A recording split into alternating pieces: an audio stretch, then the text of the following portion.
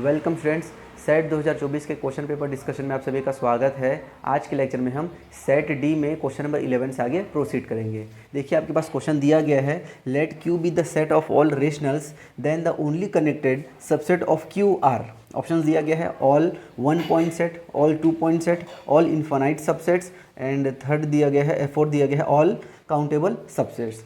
तो क्वेश्चन में बोला क्या जा रहा है कि क्यू आपके पास एक सेट ऑफ रेशनल नंबर्स दिया गया है। अब उसमें आपको बनाना है एक कनेक्टेड सबसेट। ठीक है, क्यू का एक ऐसा कनेक्टेड सबसेट लेना है और बोल रहे हैं कि वो जो कनेक्टेड सबसेट लोगे आप, वो उसका प्रॉपर्टी क्या होगा, वो कैसा होगा, वो 1 पॉइंट होगा, 2 पॉइंट रहेगा, मतलब उसमें एक एलिमेंट रहेगा, 2 एलिमेंट रहेगा, इनफिनिटली मैनी एलिमेंट्स रहेंगे, ये चीज़ वो पूछ रहे हैं। तो आप जानते हो रिजल्ट होता है, कोई भी आपके पास अगर सेट दिया गया है और ये है काउंटेबल अगर आपके पास सेट दिया गया है तो काउंटेबल सेट से अगर आप कोई कनेक्टेड सेट बना रहे, ठीक है, इसका कोई आपने एक सबसेट लिया ए जो कि सबसेट है एस का, और अगर आप ए को बोल रहे हो कि वो कैसा है, कनेक्टेड है, तो ये तभी पॉसिबल हो पाएगा। काउंटेबल सेट में कनेक्टेड सबसेट तभी पॉसिबल हो पाता है जब वो आपका एक सिंगलटन सेट हो। ठीक है, ये रिजल्ट होता है कि अगर आपने एक काउंटेबल सेट लिया है और आपको उसका एक सबसेट लेना है जो कनेक्टेड हो, तो वो तभी पॉसिबल है जब वो सिंगलटन सेट होगा। तो क्लियरली इसका ऑप्शन नंबर ए यहाँ पर करेक्ट हो जाएगा। ठीक है, एकदम मीडियम क्वेश्चन था ये, इसको आप इजिली बना सकते थे।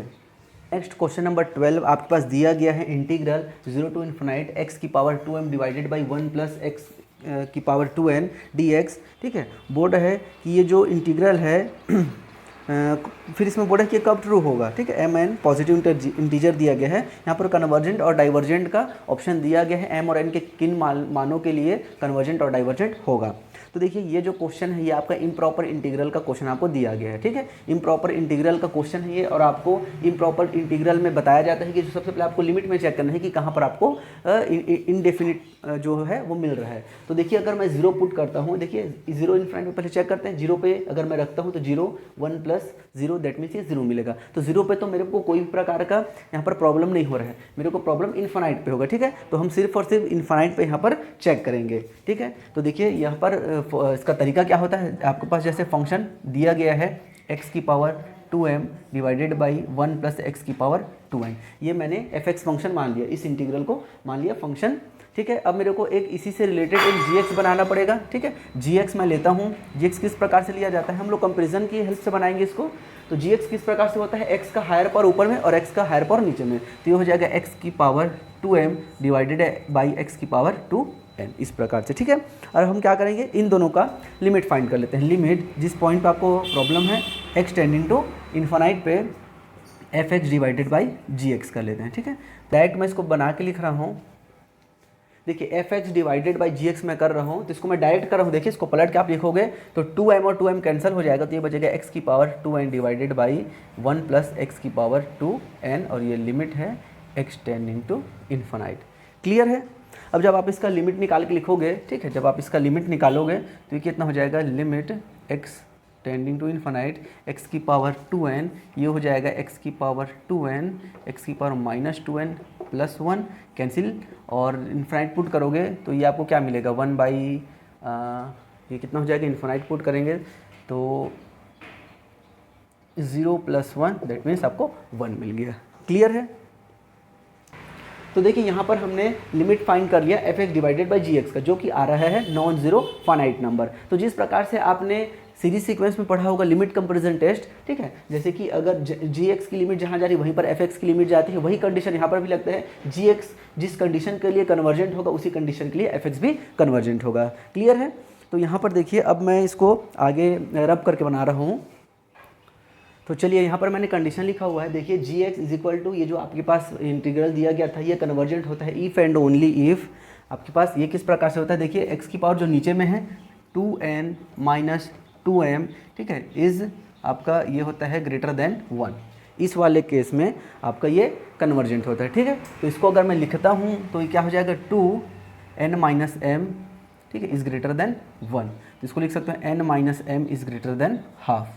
ठीक है, तो ये कंडीशन आ रहा है, तो ये कंडीशन gx की आ रहा है, तो यही कंडीशन आपका fx के लिए भी होगा। ठीक है, तो इस क्वेश्चन में मैंने बोला था कि हो सकता है ये क्वेश्चन विलोपित हो जाए, मैंने इसलिए बोला था क्योंकि देखिए कंडीशन क्या आ रहा है, n माइनस M is greater than half आ रहा है। ठीक है, ग्रेटर देन अगर हाफ होगा तब आपके पास ये जो इंटीग्रल है कन्वर्जेंट हो जाएगा। तो अगर आप इसको ध्यान से देखोगे इस चीज़ को, आपके पास ऑप्शन में कहीं पर भी हाफ वाला केस नहीं दिया गया। ठीक है, इसमें डायरेक्टली दिया गया है n is greater than m या m is greater then n, इस प्रकार से दिया गया। हाफ वाला तो कोई चीज़ नहीं दिया गया है, तो ये हाफ को कैसे हम लोग बनाएं, बात ये आ रहा है। ठीक है, तो मेरे को ऐसा लग रहा है जैसे कि जो एक्चुअल रिजल्ट होता है उसमें m और n कोई से भी नंबर हो सकता है, लेकिन यहाँ पर स्पेसिफाई कर दिया है इंटीजर्स है, वो भी पॉजिटिव इंटीजर है। तो आप खुद सोच के देखिए m और n अगर पॉजिटिव इंटीजर है और अगर वो हाफ से बड़ा आ रहा है तो वो क्या आ सकता है, अगर वो हाफ से बड़ा आ रहा है तो उसको मैं ऐसा भी तो लिख सकता हूँ इसी कंडीशन को, क्योंकि देखिए ये इंटीजर है, मान लो ये 2 हुआ ये 1 हुआ, तो हाफ से बड़ा मतलब 1 आएगा। जो भी केस आ रहा है हाफ से बड़ा होने का मतलब क्या है, वो 0 से भी बड़ा है। मतलब यहाँ पर इसको मैं ऐसा भी लिख सकता हूँ n minus n is greater than 0, ऐसा भी लिख सकता हूँ। क्यों? क्योंकि अगर m और n इंटीजर है तो इंटीजर नंबर को लेने से जो भी नंबर आएगा वो अगर हाफ से बड़ा है तो 0 से भी बड़ा हो जाएगा, इस प्रकार से केस आ रहा है। ठीक है, तो इस कंडीशन को इस कंडीशन में चेंज करके भी लिखा जा सकता है, दोनों में कोई फर्क नहीं है। ऐसा नहीं है कि हाफ से बड़ा बोला है तो 1/3 आ जाएगा आंसर। ठीक है, 1/3 आ जाएगा, ऐसा नहीं होने वाला। हाफ से बड़ा है तो वो डेफिनेटली 0 से भी बड़ा होगा, इस प्रकार से उसको लेंगे चलेंगे। और अगर ये केस मैं लेके चलता हूँ तो मेरे को n is greater than m ये वाली केस मिलेगी, तो यहाँ पर ये कन्वर्जेंट होगा। और जो बचा केस जिसमें आपका m इज़ ग्रेटर और इक्वल टू n में ये आपका डाइवर्जेंट हो जाएगा। ठीक है, तो अगर मैं इस केस को लेके चलता हूँ तो मेरे पास करेक्ट ऑप्शन हो जाएगा convergent if n is greater than m और divergent if n is less than m। Option number B यहाँ पर आपका करेक्ट हो जाएगा। ठीक है, तो इसी चीज़ की बात कर रहा था कि इसमें थोड़ा सा मेरे को डाउट है कि ये हाफ लिख दिया है, देखिए या तो इसको वो विलोपित कर देगा या अगर करेक्ट ले रहा है तो वो इसी कंडीशन को लेकर ऑप्शन नंबर बी को। क्लियर है? नेक्स्ट क्वेश्चन नंबर 13, देखिए आपके पास पॉइंट सेट टोपोलॉजी का बहुत ही अच्छा क्वेश्चन दिया गया है। Let Q star be the set of all irrationals then interior of Q star is. ठीक है, तो क्यू स्टार को हम लोग क्यू कॉम्प्लीमेंट से भी डिनोट करते हैं। तो मान लीजिए क्यू कॉम्प्लीमेंट दिया गया सेट ऑफ इरेशनल नंबर, तो आपको इंटीरियर पॉइंट निकालना है। इंटीरियर पॉइंट की डेफिनेशन क्या होती है, देखिए किसी पॉइंट ए को मैं किसी सेट एस का इंटीरियर पॉइंट कहता हूँ यदि ए का जो नेबरहुड है वो उस सेट में कंप्लीटली कंटेंट कर जाए, ये होता है रिजल्ट।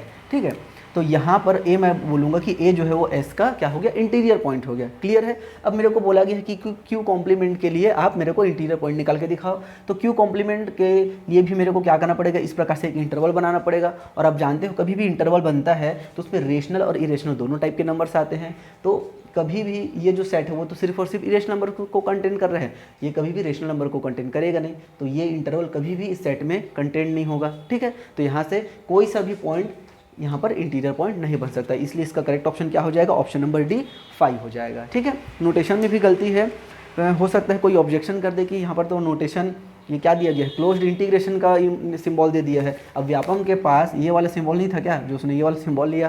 ठीक है, तो यहाँ पर ये क्या हो जाएगा, इसका करेक्ट ऑप्शन हो जाएगा option number D empty set. Clear है? नेक्स्ट क्वेश्चन नंबर 14, आपके पास सीरीज़ का क्वेश्चन दिया गया है, आपको फाइंड करना है सम, और सीरीज़ दिया गया है log n divided by n, और ऑप्शंस दिया गया है 0, non zero real number, infinite या फिर log 2। तो देखिए ये जो क्वेश्चन है सीरीज़ का थोड़ा सा टफ क्वेश्चन है। टफ इसलिए है क्योंकि ये एक रिजल्ट की हेल्प से बनेगा, और वो जो रिजल्ट है वो जनरली टेक्स्ट बुक में नहीं दिया रहता, ये आपके कंपटीशन का अगर आपने नोट्स या स्टडी मटेरियल पढ़ा है तभी आपको मिलेगा। ठीक है, तो रिजल्ट ये है आपके पास series log n divided by n whole power p। तो p की वैल्यू यदि 1 से स्ट्रिक्टली ग्रेटर है तब आपका सीरीज़ कन्वर्जेंट होगा, और अगर p की वैल्यू 0 to 1 लाई कर रही है या 1 के इक्वल है तो आपका डाइवर्जेंट हो जाएगा। तो इस रिजल्ट का यूज़ करेंगे तो जो हमारा सीरीज़ है ये कैसा हो जाएगा, ये आपका डाइवर्जेंट सीरीज़ हो जाएगा। ठीक है, अब देखिए ये जो सीरीज़ है पॉजिटिव टर्म की सीरीज़ है और डाइवर्जेंट है, तो डाइवर्ज होकर कहाँ हो जाएगा, इसका सम क्या हो जाएगा, इन्फिनाइट हो जाएगा। तो इसका करेक्ट ऑप्शन सी होना चाहिए। क्लियर है? नेक्स्ट क्वेश्चन नंबर 15, आपके पास रीमान इंटीग्रेशन का क्वेश्चन दिया गया है। देखिए क्वेश्चन में बोला गया है कि f(x) is equal to 1 plus x square x plus x square when x belongs to rational and x square plus x cube when x belongs to irrational number. ठीक है, तो और इंटरवल दिया गया आपको 0 to 2, इसमें आपको अपर रीमान इंटीग्रल की वैल्यू फाइंड करनी है। मैं एक चीज़ देख रहा हूँ कि हर साल रीमान इंटीग्रेशन से थोड़े नए टाइप के क्वेश्चन पूछे जा रहे हैं, क्वेश्चन रिपीट नहीं हो रहा है या पैटर्न भी रिपीट नहीं हो रहा है, थोड़ा सा डिफरेंट टाइप का क्वेश्चन पूछा जा रहा है। ठीक है, बहुत ही अच्छा क्वेश्चन था ये, लेकिन बहुत सारे लोग इसमें मिस्टेक किए हैं। ठीक है, कि अब उस मिस्टेक का बात करते हैं। देखिए आप इस क्वेश्चन को जब मैं सॉल्व करूँगा तो आपको खुद समझ में आ जाएगा कि क्या आपने मिस्टेक किया है, और बहुत ही सिली मिस्टेक हुआ है। जिन्होंने अगर गलती की है तो बहुत ही छोटा सा गलती किए हैं। अगर उस गलती को समझ गए आप तो आने वाले टाइम में कभी भी आप रीमान के ऐसे क्वेश्चन को गलत नहीं करोगे, ठीक है। तो यहाँ पर आपको अपर रीमान इंटीग्रेशन की वैल्यू फाइंड करने के लिए बोला गया था। अब हम जानते हैं कि अपर रीमान का मतलब क्या होता है, आपको सुप्रीमम लेना रहता है, ठीक है। तो फंक्शन की जो वैल्यू है सबसे बड़ी वैल्यू कहाँ पर मिलेगी, इस वाले में मिलेगा कि इस वाले में मिलेगा, यहीं पर हमको डाउट रहता है। अब अक्सर क्या होता है, हम लोग देखते हैं कि x square plus x cube, यहाँ पर तो पावर ज़्यादा है तो यहीं पर ज़्यादा वैल्यू मिलेगा, बड़ा वैल्यू मिलेगा, ये सोच के यहाँ पर बना देते हैं। और आंसर स्टूडेंट्स का 80/12 के आसपास आया है। मैं देखा हूँ 80/12 आ रहा था, तो वो 80 को 83 करके आ गए हैं। बहुत सारे लोगों से मैं बात किया हूँ, ठीक है। तो आपको समझना है कि वैसा नहीं बनाना है। इसका तरीका क्या है, सबसे पहले तो जो इंटरवल है, ये इंटरवल बहुत मैटर करता है।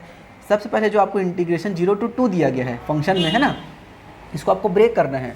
ब्रेक करेंगे 0 to 1, ठीक है, और आपको ब्रेक करना है इसको 1 to 2। 0 to 1 और 1 to 2 में मैं इसको पहले ब्रेक करके लिखूँगा। इसको ब्रेक करने की वजह क्या है कि देखिए 0 से 1 के बीच में कहाँ पर आपको ज़्यादा बड़ा वैल्यू मिलेगा, आप इस चीज़ को समझिए। देखिए 0 से 1 के बीच में अगर मैं पावर को बढ़ाते जाऊँगा तो वैल्यू मेरे को ज़्यादा छोटा मिलेगा, जबकि यहाँ पर एक्स स्क्वायर है लेकिन यहाँ पर एक्स है, तो ये वाला वैल्यू मेरे को ज़्यादा बड़ा वैल्यू देगा। समझ रहे हो आप इस चीज़ को, 0 से 1 में यहाँ पर आपको ज़्यादा बड़ा वैल्यू मिलेगा इसकी वजह से, ठीक है। एक्स क्यूब, देखिए एक्स स्क्वायर तो बराबर है, जब आप कंपेयर करोगे तो एक्स स्क्वायर तो बराबर है, इन दोनों में कौन बड़ा वैल्यू देगा, 0 से 1 में। आप 0.1 लीजिए और 0.1 का पावर 3 करिए, ये छोटा आ जाएगा, ठीक है। तो यहाँ पर मेरे को 0 से 1 के बीच में सुप्रीमम इस पे नहीं मिलेगा, यहाँ पर मिलेगा। क्लियर है। तो यहाँ पर आपके पास ये आना था x plus x square D x, ठीक है। और इंटरवल की लेंथ क्या है, 0 - 1 1 आ जाता है, ठीक है। ये ऐसे ही आप जब यहाँ पर करोगे 1 से 2 के बीच में, अब आपको ज़्यादा बड़ा वैल्यू कहाँ पर मिलेगा, तो अब यहाँ पर आपको ज़्यादा बड़ा वैल्यू मिलेगा। तो ये हो जाएगा आपके पास x square plus x cube divided into d x. ये करना था, ये इस चीज़ को आपको समझना है, ठीक है। अगले बार से कभी भी इससे रिलेटेड अगर कोई क्वेश्चन आता है, आपको समझना है कि कहाँ पर आपको सुप्रीमम इन्फीमम मिल रहा है। हमेशा आपको इंटरवल को ब्रेक करके देखना है, ठीक है। यहाँ generally x square x cube वाले ही ऐसे क्वेश्चन में प्रॉब्लम आता है, ठीक है। अब आप इसको ईजिली इंटीग्रेट कर सकते हैं। देखिए ये आपके पास क्या हो जाएगा, x square by 2 plus x cube by 3, और वैल्यू रखनी है आपको 0 से 1, प्लस ये हो जाएगा x cube by 3 plus x की पावर 4/4, और वैल्यू है 1 से 2। इसको आप पुट कर दीजिए, तो 1 पुट करने से 1/2 और ये 1/3 मिल जाएगा। 2 पुट करने से 8/3 प्लस 2 दूनी 4 दूनी 8, 8/4 नहीं सॉरी 2 दूनी 4 दूनी 8 दूनी 16/4 मतलब 4, और सॉरी हाँ ठीक है, और माइनस में आ जाएगा ये 1/3 और माइनस में 1/4, तो ये 1/3 और 1/3 कैंसिल हो जाएगा। और जब इसको आप सॉल्व करेंगे तो ये आपको क्या देगा, देखिए 1/2 प्लस 8/3 माइनस 1/4 और प्लस 4, ये मिल रहा है। इसको एलसीएम ले लीजिए सबका, ठीक है। तो आपको मिल जाएगा यहाँ पर एलसीएम आ जाएगा 12, ठीक है। ये हो जाएगा 6 प्लस 8 चौक 32 माइनस 3 प्लस 48, ठीक है। तो जब आप इसको सॉल्व करेंगे तो देखिए क्या मिल रहा है आपको, ये दोनों आपको कितना देगा, 8 2 10 और 6, ठीक है। 8 2 10 कितना मिलेगा यार, ये 80 6 86 माइनस 3 हो जाएगा आपको 83, 83/12 आपका करेक्ट ऑप्शन हो जाएगा, ठीक है। तो करेक्ट ऑप्शन हो जाएगा ऑप्शन नंबर ए। तो इस तरीके से ये जो क्वेश्चन है वो सॉल्व होगा। क्लियर है। अब अगर भविष्य में इससे रिलेटेड कोई क्वेश्चन आता है इस प्रकार से, तो आप इसको जरूर याद रखेंगे कि इंटीग्रेशन को हमको ब्रेक करके देखना रहता है कहाँ पर आपको सुप्रीमम वैल्यू मिल रही है। क्लियर है। चलिए नेक्स्ट क्वेश्चन नंबर 16, अगेन आपका पॉइंट सेट टोपोलॉजी का क्वेश्चन दिया गया है, ठीक है। यहाँ पर दिया गया है ए एक सेट है which is subset of R, then which of the following is true, और ए क्लोजर की बात कर रहे हैं। अब जानते हो ए क्लोजर का मतलब क्या होता है, ए क्लोजर का मतलब होता है ए यूनियन ए डैश, ठीक है। ए डैश का मतलब क्या होता है, set of all limit points of A. अब देखिए क्वेश्चन में हमको दिया गया है A is equal to 1 to n xn, जो सबसेट है आर का, ठीक है। अब ये n दे दिए, इसका मतलब क्या है कि सेट क्या हो गया आपका, काउंटेबल सेट हो गया, फाइनाइट सेट या काउंटेबल सेट बोल सकते हो, ठीक है। ये क्या हो गया आपका फाइनाइट सेट हो गया। n is equal to clearly natural number होगा, ठीक है। नेचुरल नंबर होगा तो इसको xn को लिख भी दिया है, ठीक है। यहाँ पर जो अंतिम पद है उसको लिख दिया, मतलब इसको आप काउंट कर सकते हो, काउंटेबल सेट या फिर फाइनाइट सेट बोल सकते हो। और आप जानते हो कि फाइनाइट सेट जो भी रहता है आपके पास, कोई भी फाइनाइट सेट है तो उस फाइनाइट सेट का लिमिट पॉइंट हमेशा एम्पटी सेट होता है, ठीक है। तो अब मैं इसको इसमें पुट करूँगा तो मेरे क्या मिल जाएगा, A closure is equal to A मिल जाएगा। क्लियर है। तो करेक्ट ऑप्शन हो जाएगा ऑप्शन नंबर सी। अच्छा, इसके पीछे एक और थ्योरी निकल के आ रही है कि अगर मैं ऑप्शन डी को देखूंगा तो A is subset of A closure, ठीक है। तो ये तो यूनिवर्सल ट्रूथ होता है कि कोई भी सेट अपने क्लोजर का हमेशा सबसेट होता है, ठीक है। इसको आप देखोगे तो यहाँ पर देखिए ए जो है वो इसका सबसेट ही होगा, क्योंकि ए यूनियन ए डैश में आ रहा है, तो ये भी ऑप्शन करेक्ट हो जा रहा है। तो अब अगर ऐसे सोचोगे तो 2 ऑप्शन करेक्ट हो रहा है, तो व्यापम हो सकता है इसको विलोपित भी कर दे, लेकिन अगर उसको आप मोस्ट अप्रोप्रिएट आंसर करके देखोगे इसके लिए तो ए को लेना चाहिए, मैं इसको किसको सी को लेना चाहिए, ठीक है। सी ऑप्शन को लेना चाहिए, या तो विलोपित हो जाएगा या तो सी ऑप्शन को ले सकता है वो। क्लियर है? अब वही तो व्यापम जानता है, हो सकता है डी को ले दे, तो अब उस टाइम में हमको देखना पड़ेगा कि कैसे इसको दावापत्ति किया जाए। ओके, नेक्स्ट क्वेश्चन नंबर 17 आपके पास दिया गया है, मीट्रिक स्पेस का क्वेश्चन है, और ये आपको डिस्क्रीट मीट्रिक स्पेस दिया है, और आपको S R x is equal to singleton x, इसमें आर की कौन सी वैल्यू होगी फाइंड करनी है। तो ये आपका थ्योरम होता है, ऑप्शन नंबर सी करेक्ट होगा, ठीक है। R is lies between 0 to 1, ठीक है, सी ऑप्शन करेक्ट हो जाएगा। नेक्स्ट क्वेश्चन नंबर 18, ठीक है। ये तो पहली बार समझ ही नहीं आ रहा था, दिन दुनिया से बाहर क्वेश्चन था ये। है क्या इसमें बीटा अल्फ़ा, ठीक है, जहाँ पर बोला गया है x1 alpha, x2 alpha, x3 alpha, और वाई जेड में भी ऐसे अल्फ़ा पावर में दिया गया है। ये सबसेट है R3 के, और जहाँ आपको b इज इक्वल टू दिया गया है b alpha, alpha belongs to j, j आपका इंडेक्स सेट है, तो आपको j का वैल्यू बताना है, ठीक है, कि j कैसा होगा। और j को बोला गया है कि b को बोला गया है मैक्सिमल फैमिली ऑफ बेसिस, ठीक है, जो R3 को स्पैन करते हैं। तो ये क्वेश्चन तो एक बार में समझ में आ नहीं रहा था, लेकिन थोड़ा सा मैं अपने दिमाग लगाया हूँ, ठीक है। मैं इसमें गारंटी नहीं ले रहा हूँ भाई कि ऐसे ही बन जाएगा, ये मेरे बस एक अप्रोच है, क्या पता ये सही हो जाए, ठीक है। तो यहाँ पर बोला गया है x1 अल्फ़ा की कितने वैल्यू ले सकते हो कि ये जो सेट है वो आपका बेसिस हो जाए। तो मैं इसको सिंपली ले लेता हूँ 1 0 0, ठीक है, 0 1 0, और ले लेता हूँ 0 0 1, ठीक है। ये मैं सेट ले लेता हूँ, पूरी की पावर में आपको अल्फ़ा करना है, तो 0 की पावर अल्फ़ा तो करने का कोई मतलब नहीं है, ठीक है, वो तो वही रहेगा। अब ये आपको दे दिया 1 की पावर अल्फ़ा, 1 की पावर अल्फ़ा, इधर अल्फ़ा आ गया, ठीक है। अब अल्फ़ा की वैल्यू आपको यहाँ पर से लेना है, अल्फ़ा की वैल्यू क्या ले सकते हो, कितने पॉइंट्स ले सकते हो, ठीक है।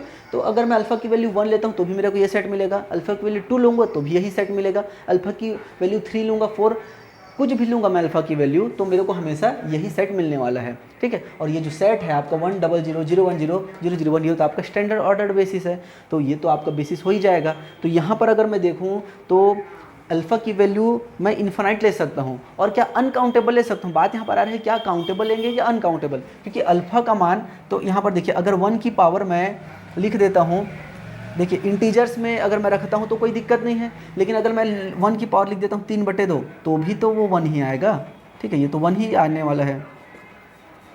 तो मैं यहाँ पर अल्फ़ा का मान सिर्फ इंटीजर नहीं, पूरा का पूरा सी में आपका रियल नंबर में से कुछ भी रख सकता हूँ। तो इसलिए मेरे को लग रहा है कि इसका आंसर इनफाइनाइट अनकाउंटेबल आना चाहिए, डी आना चाहिए। और अगर कहीं पर कॉन्सेप्ट में मिसिंग है तो शायद सी आ सकता है, तो सी और डी को छोड़ के इसमें कुछ और तो नहीं आने वाला है, ऐसा लग रहा है। अब देखते हैं फाइनल आंसर की में इसका क्या आता है, और अगर मेरे को इससे रिलेटेड कोई और इन्फॉर्मेशन मिलता है तो मैं ज़रूर आपके साथ शेयर करूँगा। नेक्स्ट क्वेश्चन नंबर 19 आपके पास दिया गया है, x is a compact space and a is an arbitrary infinite subset of x, then, ठीक है, मीट्रिक स्पेस का क्वेश्चन है ये, और ऑप्शंस दिया गया है, ठीक है। तो देखिए x अगर कॉम्पैक्ट स्पेस है और a उसका आर्बिट्री, और a क्या है, आर्बिट्री इनफिनाइट सबसेट है x का, तो क्या होगा, तो यहाँ पर होता है a has at least 1 limit point, option number C यहाँ पर आपका करेक्ट होगा, a के पास एटलीस्ट 1 लिमिट पॉइंट होगा, ठीक है। तो 19 नंबर का करेक्ट ऑप्शन हो जाएगा सी। नेक्स्ट क्वेश्चन नंबर 20 आपका यूसी का बहुत ही अच्छा क्वेश्चन दिया गया, एकदम बेसिक रिजल्ट यूज़ होगा इसमें। मैंने पहले भी जो वीडियो लेक्चर्स बनाए थे उसमें बताया हूँ इसके बारे में कि अगर आपको यूनिफॉर्मली कंटिन्यूटी चेक करनी है, ठीक है, यूनिफॉर्मली कंटिन्यूटी चेक करनी है किसी भी फाइनाइट लेंथ के इंटरवल, वो भी ओपन इंटरवल हो, तो आपको क्या करना है, बस आपको एंड पॉइंट्स पे उसका लिमिट को एग्जिस्ट करा के देख लेना है। एंड पॉइंट पे अगर एग्जिस्ट हो गया मतलब वो यूसी हो गया, ठीक है। तो ऑप्शन नंबर अगर आप ए को देखते हो, ठीक है, तो F x is equal to cos x divided by x, ठीक है। तो राइट साइड में तो कोई दिक्कत ही नहीं होगा, लेकिन लेफ्ट साइड में देखते हैं हम लोग यहाँ पर लिमिट x टेंडिंग टू 0 ये हो जाएगा cos x बाई एक्स। देखिए ये आपके पास क्या आ जाएगा, cos 0 की वैल्यू 1 और 1/0 मतलब ये इन्फिनाइट आ गया, ये खत्म हो गया, ठीक है। सेकंड 1/x दिया गया है, 1/x ये भी आपका इन्फिनाइट आ जाएगा, ठीक है। थर्ड में साइन 1/x दिया गया है, साइन 1/x क्या आ जाएगा, साइन इन्फिनाइट, और साइन इन्फिनाइट की वैल्यू होती है बिटवीन -1 to 1, तो यहाँ पर कोई फिक्स वैल्यू ही नहीं मिल पा रहा है, ये भी गलत हो गया। फोर्थ ऑप्शन आपके पास दिया गया था limit x tending to 0 sine x divided by x, तो देखिए 0/0 का फॉर्म भरे, तो आप इसको एक बार डिफ्रेंशिएट कर दीजिए तो ये हो जाएगा आपके पास cos x डिवाइडेड बाई 1। अब 0 पुट करोगे तो आपको 1 मिल जाएगा, ठीक है। तो यहाँ पर देखिए एंड पॉइंट 0 पे एग्जिस्ट कर रहा है, राइट साइड में 1 पे तो एग्जिस्ट कर ही जाएगा, मतलब ये जो ऑप्शन नंबर डी है वो आपका यूनिफॉर्मली कंटिन्यूस हो जाएगा। क्लियर है? तो डी इसका करेक्ट ऑप्शन होगा। चलिए नेक्स्ट जो क्वेश्चन दिया गया है अगेन आपका पॉइंट सेट टोपोलॉजी का है। पॉइंट सेट टोपोलॉजी का मतलब टोपोलॉजी नहीं होता, ठीक है, बहुत लोग कंफ्यूज हो जाते हैं। पॉइंट सेट टोपोलॉजी मतलब टोपोलॉजी का आ गया क्या? वैसे नहीं होता। पॉइंट सेट टोपोलॉजी मतलब जो बेसिक सेट के क्वेश्चंस रहते हैं ना, जहाँ पर आप लिमिट पॉइंट, एड्रेंट पॉइंट, इन सब चीज़ों को पढ़ते हैं, उसको बोला जाता है पॉइंट सेट टोपोलॉजी। तो उसका बहुत ही अच्छा क्वेश्चन दिया गया है। देखिए सेट है mod x divided by 1 plus mod x, x belongs to real number, और इस सेट के बारे में पूछा कि है कनेक्टेड और कॉम्पैक्ट। पूरा जो ऑप्शन है उसमें कनेक्टेड और कॉम्पैक्ट बोला गया है, कनेक्टेड होगा कि कॉम्पैक्ट होगा, उन्हीं के ऊपर में क्वेश्चन दिया गया है। तो ध्यान से देखिए आपको इस सेट को, ये सेट आपको मिलेगा कैसा, ये आपको सबसे पहले ज्यूम करना है। तो एक चीज़ तो क्लियर है कि ऊपर में मॉड और नीचे में मॉड दिया गया है, मतलब मेरे को हमेशा पॉजिटिव नंबर मिलने वाले हैं, मतलब जो भी वैल्यू मिलेगा वो 0 से बड़ा मिलेगा, ठीक है। इसको मैं बनाने की कोशिश करता हूँ। तो ये क्या है, देखिए ऐसा भी इसको लिख सकते हो, mod x is equal to mod x, ये होता है। लेकिन जैसे ही मैं यहाँ पर अगर राइट साइड में 1 ऐड कर दूँ तो ये किस में चेंज हो जाएगा, इस प्रकार से चेंज हो जाएगा, ठीक है। क्लियर है? अब देखिए आप क्या जोड़ रहे हो, नॉन जीरो नंबर जोड़ रहे हो, ठीक है। नॉन जीरो नंबर जोड़ रहे हो तो इक्वलिटी तो हट ही जाएगा, वो हमेशा स्ट्रिक्टली ग्रेटर हो जाएगा। अब इसको आप राइट साइड में ले आइए, सॉरी लेफ्ट साइड में ले आइए, तो ये हो जाएगा 1। तो मेरे को इतना समझ में आएगा कि जो इसका मान है वो 1 से हमेशा छोटा रहने वाला है, ठीक है। तो मेरे को क्या मिलने वाला है, जो भी ये सेट मिलेगा वो रहेगा ओपन इंटरवल 1, कॉमा। अब यहाँ पर क्या आएगा, मैंने क्या बोला कि ये तो पॉजिटिव रहेगा, तो 0 के ही आएगा। अब 0 के पास 0 आएगा यहाँ पर, और 0 के पास क्लोज आएगा कि ओपन आएगा, इस चीज़ को देख लीजिए। तो अगर मैं x का वैल्यू 0 लेता हूँ तो मेरे को क्या मिलेगा, 0। तो मेरे को जो सेट मिला है वो 0 मिल रहा है, इसलिए मैं क्या लगाऊंगा, क्लोज्ड का साइन, ठीक है। तो देखिए हमको क्या मिला है, closed interval 0 to open interval 1, ये सेट मिला है। अब मैं चेक करता हूँ कॉम्पैक्ट, ठीक है। कॉम्पैक्ट के लिए क्या होता है, क्लोज्ड एंड बाउंडेड होता है। तो क्लियरली सेट तो बाउंडेड है 0 से 1 के बीच में, लेकिन क्या ये क्लोज्ड होगा? कॉम्पैक्ट चेक करने के लिए क्या करना पड़ता है, क्लोज्ड एंड बाउंडेड। बाउंडेड तो है, क्लोज्ड होगा क्या? तो क्लोज होने के लिए क्या करना रहता है, it contain all it's limit point. 1 limit point है बट 1 सेट में नहीं है, इसलिए ये कॉम्पैक्ट तो नहीं होगा। कनेक्टेड, भाई देखिए इंटरवल जो है R में जितने भी इंटरवल हमेशा कनेक्टेड होते हैं, तो ये जो सेट है वो आपका कनेक्टेड होगा बट कॉम्पैक्ट नहीं होगा। करेक्ट ऑप्शन क्या हो जाएगा, connected but not compact in are, option number A यहाँ पर आपका करेक्ट हो जाएगा। क्लियर है? क्वेश्चन नंबर 22 आपके पास कैंटर सेट का बेसिक डेफिनेशन पूछा गया है, ठीक है। ऑप्शंस को देख लीजिए, यहाँ पर काउंटेबल और अनकाउंटेबल और मेज़र के बारे में बोला गया है। तो कैंटर सेट हमेशा अनकाउंटेबल होता है और उसका मेज़र 0 होता है। सो आपके पास करेक्ट ऑप्शन हो जाएगा option number C, A is uncountable and its measure is equal to 0, ठीक है। तो यहाँ पर हमने आज 12 प्रश्नों को सॉल्व किया है। आई होप कि आपको क्वेश्चन अच्छे से समझ में आया होगा। किसी भी क्वेश्चन से समझ अगर आपको डाउट है तो आप हमारे व्हाट्सएप ग्रुप में ज्वाइन होकर डिस्कशन कर सकते हैं। Thank you.